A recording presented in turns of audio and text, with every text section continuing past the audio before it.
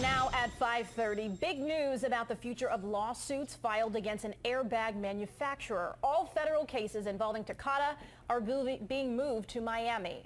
Millions of cars are affected by the recall of Takata airbags. Heat and humidity can cause those airbags to go off, leading to serious injuries. CBS 4's Oralia Ortega spoke to a victim injured by an airbag in this CBS 4 News exclusive. All I remember is being rushed to the hospital because my ear was falling off. It was hanging by like a limb. It's been 2 weeks since Sarah Baker's nightmare began after she was involved in a crash in her 2002 Honda Accord after picking up her son from the sitter. The 34-year-old says when her airbag deployed, the flying shrapnel cut off more than half of her left ear. I'm hoping my hearing comes back normal. I can hear muffled. Baker becomes the latest litigant in South Florida to file a lawsuit against Takata. The Japanese company has come under fire linked to 5 deaths and dozens of injuries from malfunctioning airbags.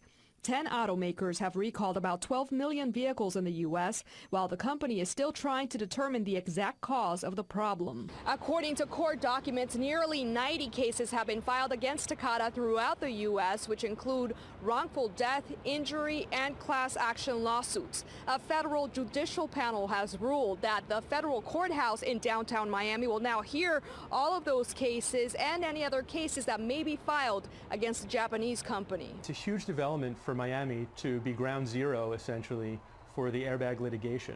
These are cases that are going to involve and affect nearly every person who drives an affected vehicle.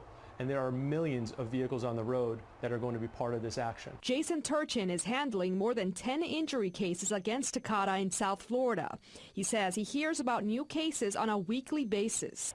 This is a very serious issue, and people don't know if their airbag is one of the affected airbags, unfortunately, until after a crash. Sarah has not been able to work since her injury and is still in pain, but she realizes how lucky she is to not only be here, but that the shrapnel did not do any more damage. It didn't hit the nerve that it could have hit, because if it did, I would have been left with no motion on the left side of my face. Oralia Ortega, CBS 4 News. We reached out to Takata and the law firm representing the company for comment, but have not been able to reach anyone.